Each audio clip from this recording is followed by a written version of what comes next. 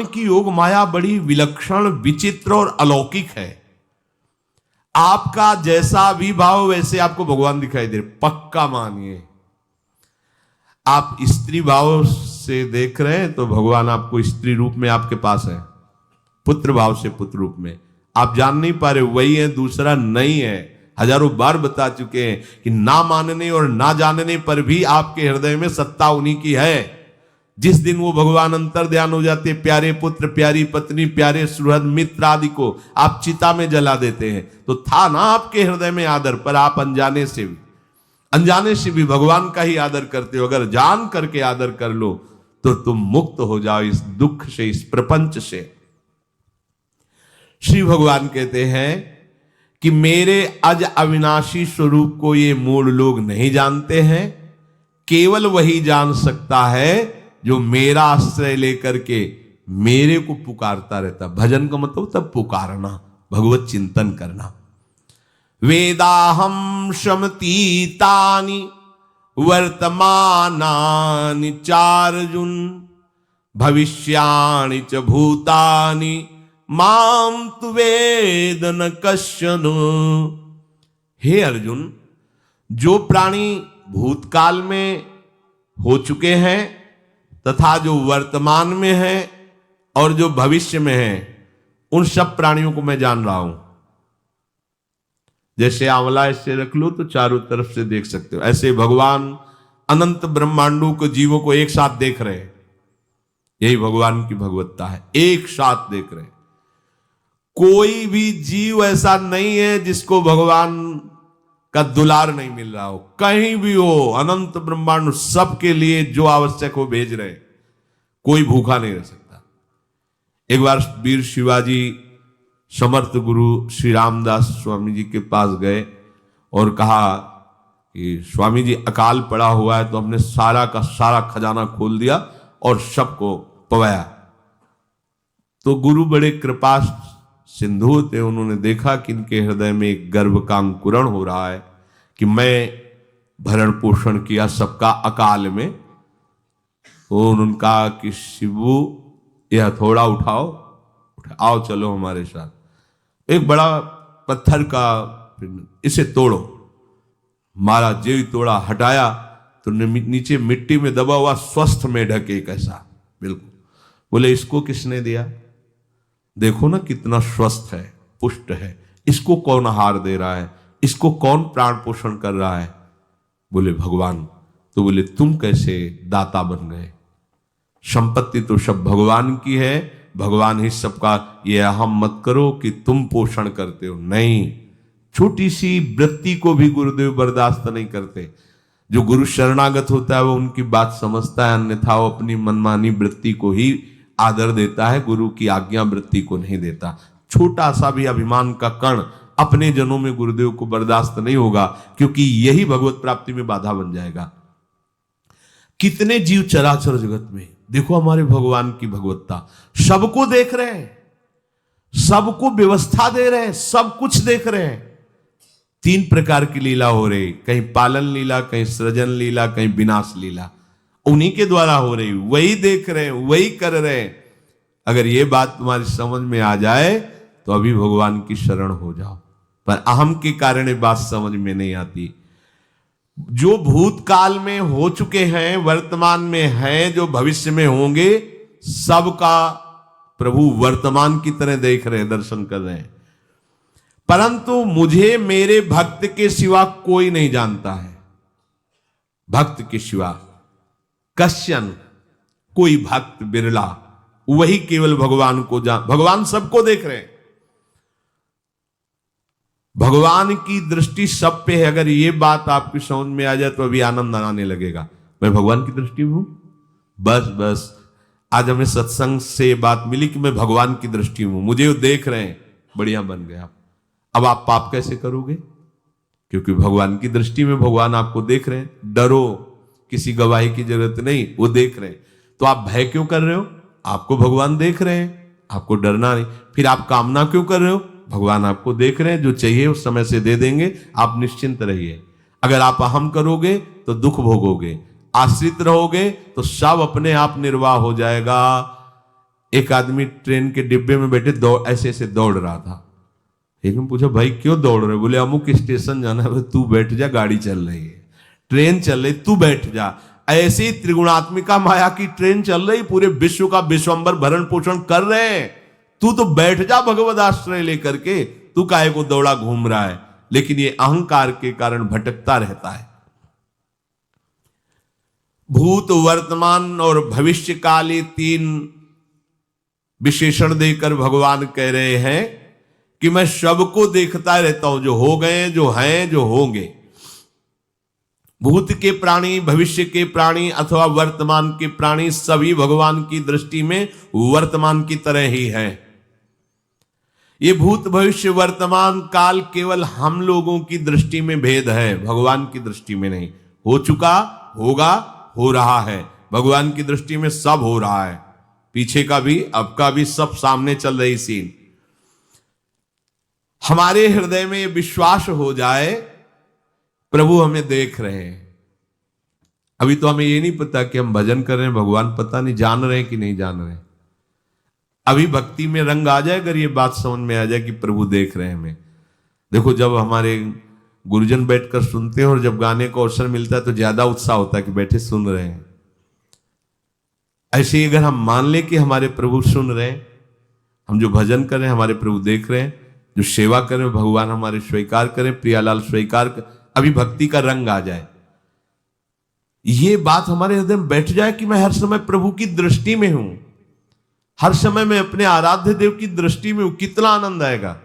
अंदर से सोचो जरा, हर समय वो हमें देख रहे हैं और वो कह रहे हैं मैं देख रहा हूं।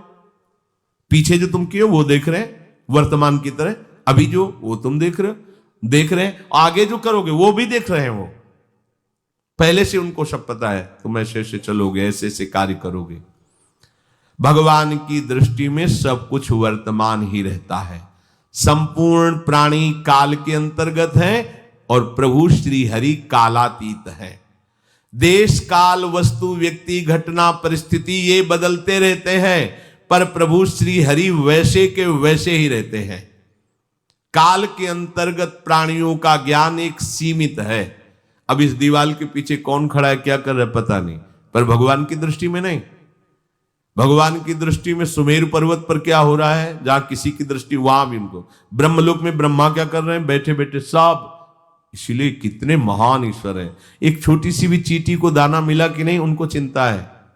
देखो, आप छोटे से 2-4 लोगों का भार लेकर के चिंतित हो रहे हो, अनंत ब्रह्मांडों के अनंत जीवों का भरण पोषण प्रभु हमारे कर रहे हैं और निश्चिंत हैं। अचिंत शक्तियां भगवान की, तो आप भी तो उनके बच्चे हो ना। ये सब कहने का मतलब है आप भी तो उन्हीं के अंश हो ना। 2-4 की चिंता में इतने तुम बावरे हो रहे हो, डिप्रेशन में पहुंच रहे हो। 2-4 कामनाओं के पीछे इतने, अनंत ब्रह्मांड तुम्हारा जो अंशी है, अनंत ब्रह्मांडों के अनंत जीवों का अनंत काल से भरण पोषण करता चला आ रहा है। कहीं भी किसी के साथ कुछ भी गलत नहीं हो सकता।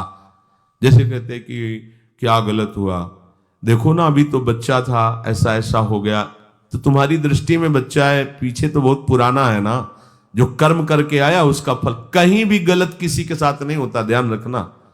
जहां कुछ होता है, अभी हमने देखा मनो कि ये तो बहुत गंदा है, तो सीधे जा रहा था, ये आदमियों ने मिलकर इसे पीटा, अभी सीधा चल रहा, पीछा टेढ़ा चल के आया है, और जिनको पीटा है वही आके इसे पीट रहे हैं। अब हम वर्तमान को तो देख रहे हैं ना, पीछे की बात तो देख नहीं रहे ना, और भगवान पीछे की देख रहे हैं कि इसने पीछे बहुत ऐसा गलत किया, उसका हिसाब इसको मिल रहा है, इसलिए चुपचाप देखते रहते हैं। ध्यान रखना, इतना भी गलत नहीं हो सकता इस सृष्टि में। वो कैसे गलत नहीं हो रहा, अभी तो नवयुवक था, उसने कुछ ऐसा किया ही नहीं, अभी तो नई अवस्था थी, अभी तुम्हें दिखाई दे रहा है 15 वर्ष का है, लेकिन भगवान देख रहे हैं मेरा पुरातन अंश है, किस जन्म से क्या क्या करते चला आ रहा है। ये ज्ञान हो जाएगा तो किसी भी बात में आपको दुख नहीं पहुंचेगा, विक्षेप नहीं पहुंचेगा। नहीं, बड़े बड़े विक्षिप्त हो जाते। एक गौतमी नाम की महान तपस्विनी थी, महाभारत में कथा आती है, उसका एक ही पुत्र था और उसको सांप ने काट लिया। तो वहां की कुल भी उठा के लाए और कहा, देवी मां ये देखो सांप ने तुम्हारे बेटे को काट लिया। तो उनका इतनी सामर्थ्य सांप की कैसे हो गई कि मेरे बेटे को काट लिया और मेरे से भय नहीं माना। आकर्षण वृत्ति जीव ही की सांप सामने आ गया, तूने क्यों काटा, मैं तुम्हें भस्म कर दूंगी। तो आपने कहा पहले हमारी प्रार्थना सुन लो। मेरे सर पर मृत्यु ने आकर के अपना शासन जमा लिया और कटवा दिया, मेरा कोई दोष नहीं। मृत्यु का आकर्षण किया, महान तपस्विनी भगवान व्यास देव जी ने ये लीला कथा गाई है। मृत्यु का आकर्षण किया, साक्षात मृत्यु सामने आ गई, थर थर कांपने लगी। गौतमी जी ने कहा मैं अपने तपस्या के बल से तुम्हें भस्म कर दूंगी। हमारे ऐसे निष्पाप बालक को तुमने सांप के द्वारा प्रेरित करके कटवाया। बोले मेरे ऊपर काल का शासन है, काल ने मुझे प्रेरित किया, मैंने सांप को प्रेरित किया, मेरा कोई दोष नहीं, ये काल का शासन। काल का आवाहन किया, काल उपस्थित हुआ। काल ने कहा कि मेरा इसमें कोई दोष नहीं, इस बालक के पूर्व जन्म के कर्म के द्वारा मैं प्रेरित हूं। इस बालक के कर्म से प्रेरित होकर मैंने मृत्यु को प्रेरणा की, मृत्यु ने सांप को प्रेरणा की और इसने डस लिया। अब आप बताओ किसका दोष है? शांत हो गई, क्योंकि इस बालक के ही तो कौन काहू के सुख दुख कर दाता, निज कृत कर्म भोग सुन भ्राता। कोई किसी के सुख दुख का हेतु नहीं है, अपने कर्म ही है जो हमको दुख सुख देते हैं। और ये भगवान देख रहे हैं। कोई जैसे आपको अभी मनुष्य शरीर मिला, स्वतंत्रता है, अब आप जो पापाचरण चाहो छूट है कर सकते हो, या जो पुण्य कर्म चाहो कर सकते, या भजन करना चाहो कर सकते हो। ये स्वतंत्रता केवल मनुष्य शरीर को दी गई है। आपको जो पूर्व भोग मिल रहे हैं वो आपके पीछे के कर्मों के हैं। तो जो ज्ञानी जन होते हैं, विवेकी जन होते हैं, आए हुए प्रारब्ध को भोग लेते हैं, नया कोई पाप नहीं करते, निरंतर भजन करते रहते, भगवान की कृपा से मुक्त हो जाते। अगर भगवान की शरण में नहीं होगे, भजन नहीं करोगे, तो आपके ऊपर बहुत से ऋण है, दुर्गति हो जाएगी। ऐसा नहीं है। आप यहां भी तो देखो ना, आपके मकान, आपका व्यापार, सब कुछ आपका कहा जाता है, लेकिन सब कुछ सरकार का है। हर चीज का टैक्स देना पड़ेगा तुम्हें। पानी का भी टैक्स देना पड़ेगा, मकान का भी टैक्स देना पड़ेगा, और तुम भी जो करोगे वो पैसा दो सरकार को। टैक्स तुम ऐसे फ्री थोड़ी जा नहीं होता, देना पड़ता है ना। आप मान लो नौकरी कर रहे हो कि हवाई नौकरी करे, तो उसमें सरकारी टैक्स कटेगा आपका, क्योंकि आप सरकारी आदमी हो, भारत देश के वासी हो। ऐसे ही ये टैक्स लगे हुए सरकारी भी, मातृ ऋण, पितृ ऋण, ऋषि ऋण, ये टैक्स है। ऐसा नहीं कि तुम कमाओ खाओ और इसके बाद मर के जाओ स्वर्ग मिलेगा। टैक्स चुकाओ। ये मनुष्य शरीर मिला, इन ऋणों से मुक्त हो। अगर नहीं हुए तो भी तुम्हें दुर्गति होगी। आप देखो, जब कभी ऐसी सूचना मिलती कि अमुक आदमी का अमुक धन पकड़ा गया, तो इनाम दिया जाता है क्या कि इतना कमा लिया? सजा दी जाती है। तुमने टैक्स की चोरी की, अगर चोरी नहीं की, मेहनत से कमाया या व्यापार से कमाया, दिया नहीं सरकार को, हाँ दिया नहीं, इसीलिए तुम्हें टैक्स की चोरी का दंड मिलेगा, सारा धन अपहृत हो जाएगा, तुम्हारी निंदा होगी, तुम्हें सजा मिलेगी। बोलो मिलती है नहीं? ऐसे ही ये लड़का, बच्चा, पत्नी, पुत्र, परिवार जो भी है, ये सब श्री भगवान का तुम्हें टैक्स देना है। क्या टैक्स देना है? भगवान की शरण होकर उनका सुमिरन करो, सारे ऋणों से वो मुक्त कर देंगे। एकादशी स्कंद में कहा है, मेरा भजन करने वाले का कोई ऋण नहीं रह जाता। और नहीं तो महाभारत में ही प्रसंग आता है, एक जरत्कारु नाम के ब्रह्म ऋषि थे। ऋषि और भक्त में बड़ा अंतर होता है। वो तपस्या प्रधान, जैसे दुर्वासा ऋषि तपस्या प्रधान थे, वो बाल ब्रह्मचारी और तपस्या से युक्त एक दिन भ्रमण कर रहे थे, तो आवाज आई, मेरी रक्षा करो, मेरी रक्षा करो। तो उस आवाज की तरफ बढ़े तो देखा कुएं में उल्टा लटके हुए हैं बहुत से ऋषि, और एक केवल तंतु है, एक केवल तंतु है जिसमें दो चूहे लगे हुए उसको भी काट रहे हैं, एक काला और एक श्वेत। तो उन्होंने देखा और दयालु हो गए कि ऋषियों, मैं तुम्हारी कैसे रक्षा कर सकता हूं? तो उन्होंने कहा कि ये जो दो चूहे हैं रात और दिन हैं, और जो हम लोग हैं ये तुम्हारे पितर हैं।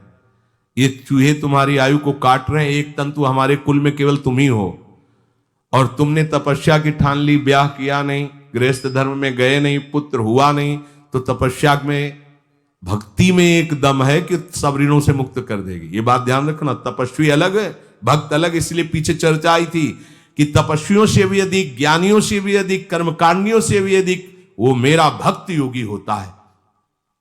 तुमने तो ब्याह किया नहीं, तो अब ये तंतु रात दिन तुम्हारे जीवन को काट रहे, जहां तुम खत्म हुए हम सब नरक में गिर जाएंगे। पितरों ने कहा तुम पितर ऋण से युक्त हो, मुक्त तभी होगे जब ऐसा करो। वो दृश्य खत्म, अंतर ध्यान हो गया। वो बड़े दुखी हुए कि क्या करें। तो उन्होंने मन में निश्चय किया कि एक ब्याह तो करूंगा पितरों के उद्धार के लिए। इतने बड़े तपस्वी हैं जरत्कारु जी, बड़ी महिमा है, लेकिन बात यहां फंस गई, पितृ। उन्होंने मन में निश्चय किया कि कोई आके अपनी कन्या दे दे और उसका भी नाम जरत्कारु हो। मैं बिल्कुल भरण पोषण नहीं करूंगा और कभी हमसे कोई प्रश्न ना करे। ऐसी अगर कोई कन्या देगा तो मैं स्वीकार कर लूंगा। अब ऐसे ना नगर जाना है ना किसी से बात करनी, तो वृक्षों से कहते अपने पितरों के उद्धार के लिए मैं चाहता हूं कि कोई पाणी ग्रहण संस्कार करा दे, कोई हमारे नाम की कन्या को दे दे, और ऐसा ऐसा व्रत है। ऐसा ही बोल रहे थे, वासुकी नाग उपस्थित हो गए और उनकी बहन का भी नाम जरत्कारु था। उन्होंने कहा सुनिए महाराज, मैं नागराज वासुकी हूं, सब देव रूप में, कोई ऐसे नहीं सांप वैसे बने, देव रूप, और सुंदर कन्या जरत्कारु। बोले ये कन्या मैं आपको समर्पित करता हूं, हमारा सौभाग्य होगा आप जैसा महर्षि हमारी बहन का पति बने। इसका भी नाम जरत्कारु है, और आपकी जो इच्छा है कि मैं भरण पोषण नहीं करूंगा, तो मेरे पास संपूर्ण वैभव है, आप भी पधारिए, मैं आपका भी भरण पोषण करूंगा, अपनी बहन का भी। तीसरी बात, मेरी बहन इतनी शास्त्र सम्मत आराधना से युक्त है कि वो कभी आपसे प्रश्न ही नहीं करेगी, तो उनका स्वीकार है। प्रसन्न हुए, चले गए। काफी समय तक उनके महल में रहे। एक दिन जरत्कारु अपनी जरत्कारु पत्नी की गोद में सर रख कर ऐसे लेटे हुए थे, सो गए। और शास्त्रज्ञ थी, संध्या का काल था। संध्या काल में निषेध है मैथुन करना, भोजन करना और स्वाध्याय करना, ये सब संध्या काल में बस भगवत स्मरण प्राण लोकवत। लेकिन हमारे यहां महारानी जी की संध्या आरती और संध्या भोग लगने के बाद ये, इसीलिए वृंदावन धाम इसका कहीं भी ये वेदान्नपि संन्यस्त, वेदों से भी ऊपर उठी हुई रसमयी रसोपासना है, प्रियालाल की महल है। ये जगत सिद्धांत नहीं है, ये जगदीश का भी सिद्धांत नहीं है, ये प्रेम सिद्धांत है। वृंदावन नित्य विहार रस है, इसलिए इसको बीच में बता देते हैं कहेंगे दूसरे को तो, और यहां शाम के तो भोग ही लगता है, गान बजान होता है, बकाया सिद्धांत है। आंख मूंद करके या तो गायत्री जप या जो गुरु मंत्र चुपचाप शांत भाव से जपे, ऐसा। अब वो इस चिंता में थे कि मेरे पति का धर्म जा रहा है, और मैंने आज तक कुछ बोला नहीं अपने पति से। अगर बोलती हूं तो हो सकता है ये नाराज हो जाए और छोड़कर चले जाएं। अगर मुझे छोड़ देते हैं और इनका धर्म बचता है तो ये ठीक बात रहेगी। कितनी विवेकवान है। अगर ये सोते रह गए और सूर्य अस्ताचल को चले गए तो इनका धर्म लोप हो जाएगा, ये मैं होने नहीं दूंगी, अपने पति का धर्म लोप नहीं होने। और वो उस समय भी केवल एक लंगोटी लगा के रहते थे, अस्थिमात्र हो रहे शरीर। वहां भी ऐसा नहीं कि दूल्हा बन करके सज, नहीं, वैसे ही केवल पितरों की तृप्ति के लिए उन्होंने बात स्वीकार की थी।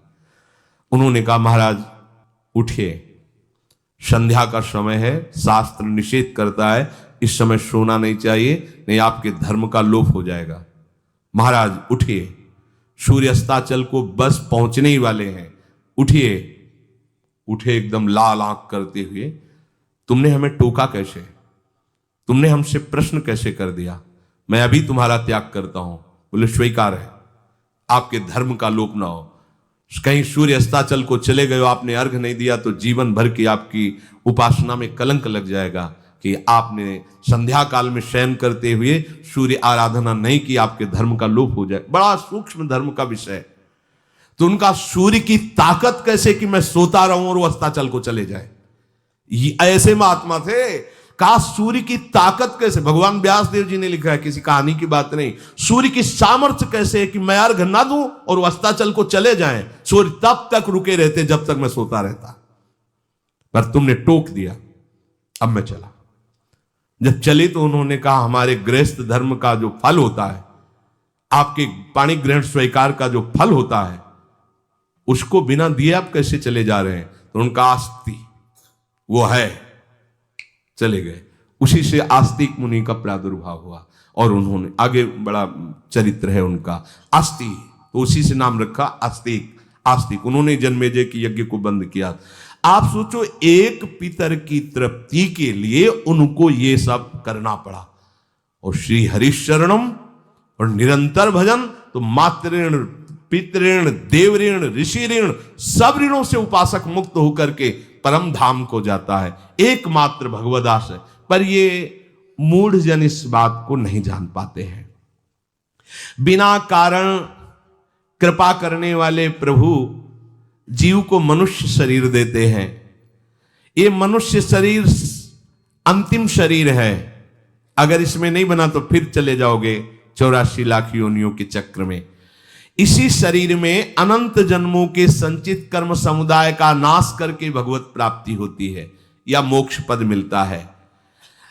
कौन सा प्राणी किस गति को जाएगा भगवान देखते हैं पर संकल्प नहीं करते। ध्यान रखना, क्योंकि आगे की भी देख रहे हैं। वो देख रहे हैं जो तुम कर रहे हो वैसे गति बनती चली जाएगी। भगवान संकल्प नहीं करते। भगवान तो एक बार संकल्प कर दिया, एको हम बहुश्यामा, उसी में बहुत रूपों में प्रकट हो गए। अब तुम्हें संकल्प करना है कि इस जन्म में मुझे भगवत प्राप्ति करनी है।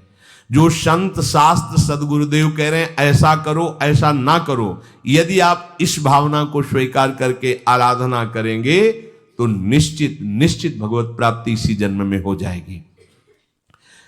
प्रभु केवल तुम्हें निमित्त बनाना चाहते हैं, कल्याण तो वही करेंगे। जैसे अर्जुन से कह रहे हैं भीष्म आदि द्रोण आदि मेरे द्वारा मारे जा चुके हैं, तुम केवल निमित्त मात्र भवशव्य साचिन। ऐसे ही अय उपासक तू केवल निमित्त बन जा। जो शास्त्र सदगुरुदेव आज्ञा करते हैं वैसे ही तू चल दे अपने मन को मार के। केवल तू निमित्त बन जा। कल्याण या भगवत प्राप्ति या मोक्ष वो तो भगवत कृपा से होगी। पूरी उद्धार की सामग्री तेरे अंदर जागृत कर देंगे प्रभु। केवल तू निमित्त बन जा, मेरी कृपा तेरी सारी बात बना देगी।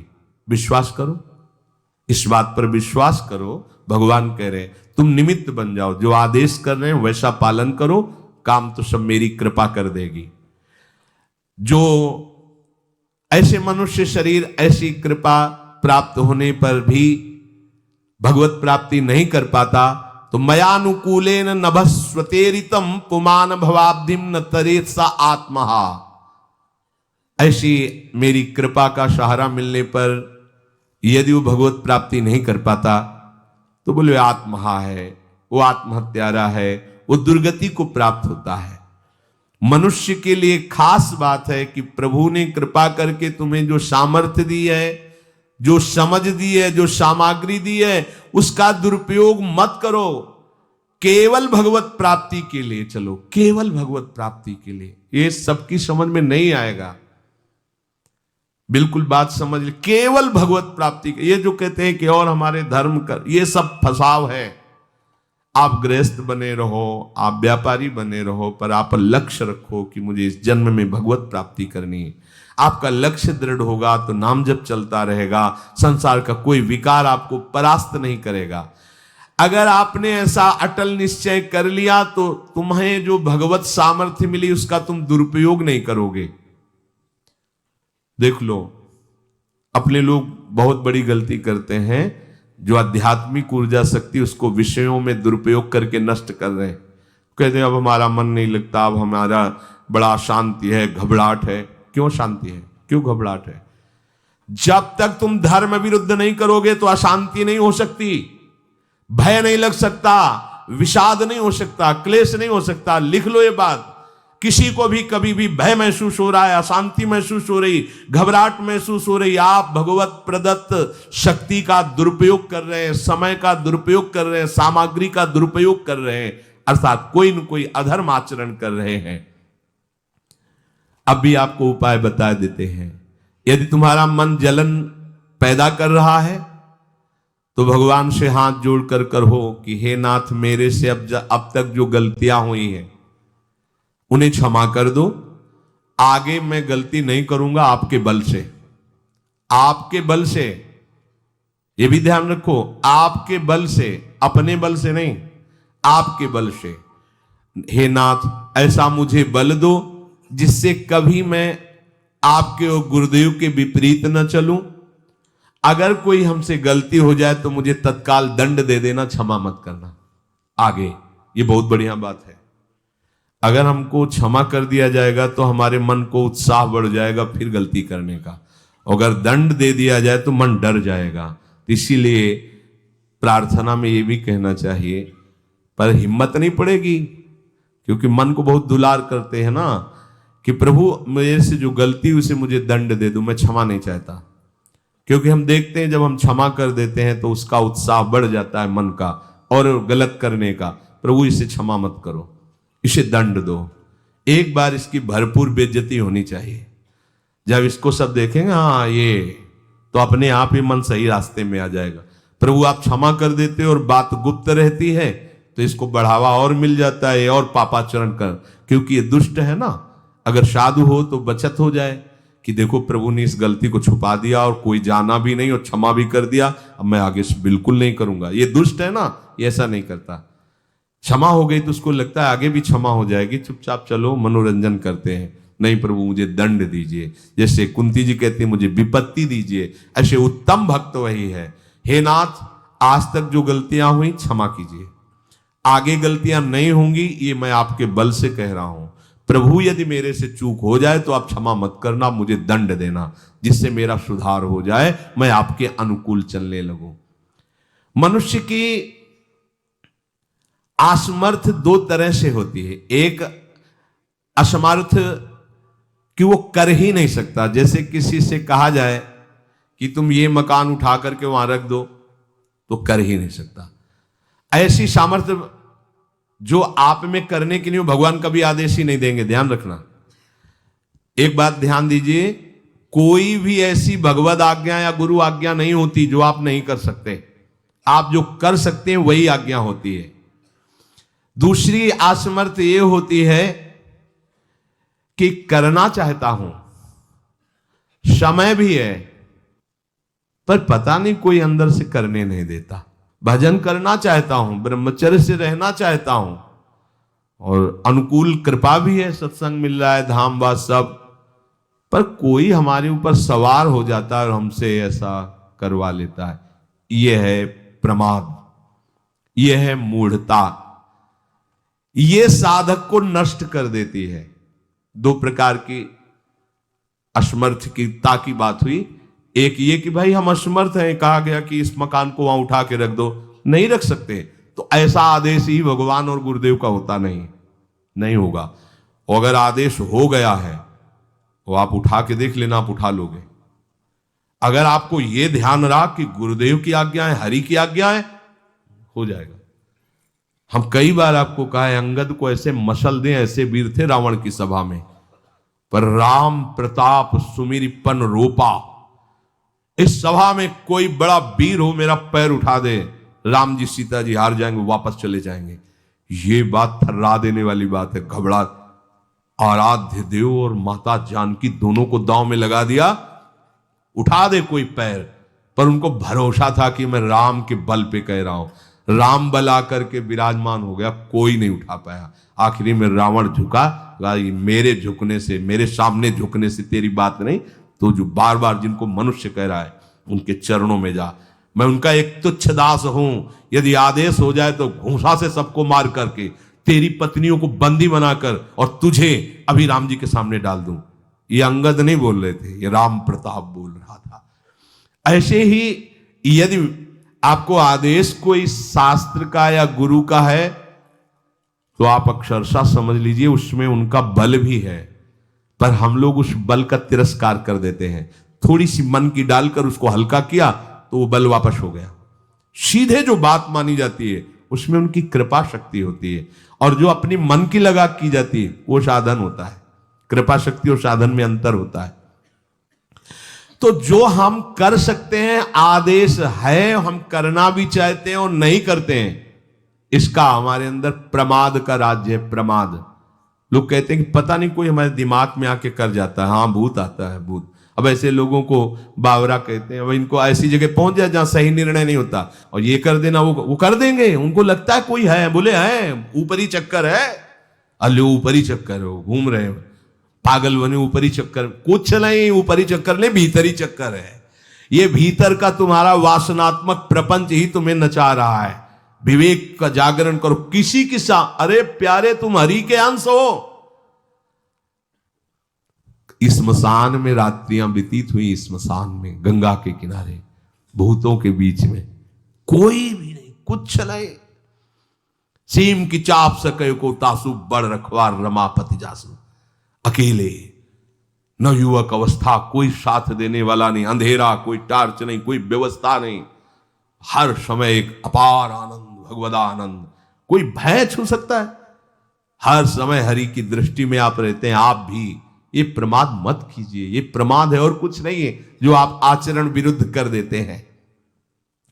अब क्या होता है, वो समझ पाता नहीं, उसके पीछे कर्म परंपरा लग जाती है। फिर वो हार जाता है कि मेरे से भजन वजन नहीं होने वाला, संयम से नहीं चलने वाला। अब वो योनि पर योनि प्राप्त करता चला जाए, ये योनि यो योनि। भगवान के स्वभाव को समझो और उनके आश्रित हो जाओ। कोटि विप्र बदल आ गए जाहू, आए सरन तजो नहीं ताहू। जो नर होए चराचर द्रोही, आवे सभय सरन तक मोही। तज छल कपट मोह मद माना, करूं शब्द ते साधु समाना। एक बार जीवन को प्रभु के चरणों में अर्पित कर दो, बस प्रभु सब संभाल लेंगे अपने बल से। अपने बल से संभालने का तात्पर्य है आप उनकी आज्ञा पालन का प्रयत्न करो। प्रयत्न की सफलता प्रभु के द्वारा होती है। जब हम प्रयास करते हैं ना, तो प्रभु हमें आगे से आगे रास्ता देते चले जाते हैं। और ये जन्म भगवत प्राप्ति होनी ही चाहिए। अब इसके नीचे सौदा मत कर लेना।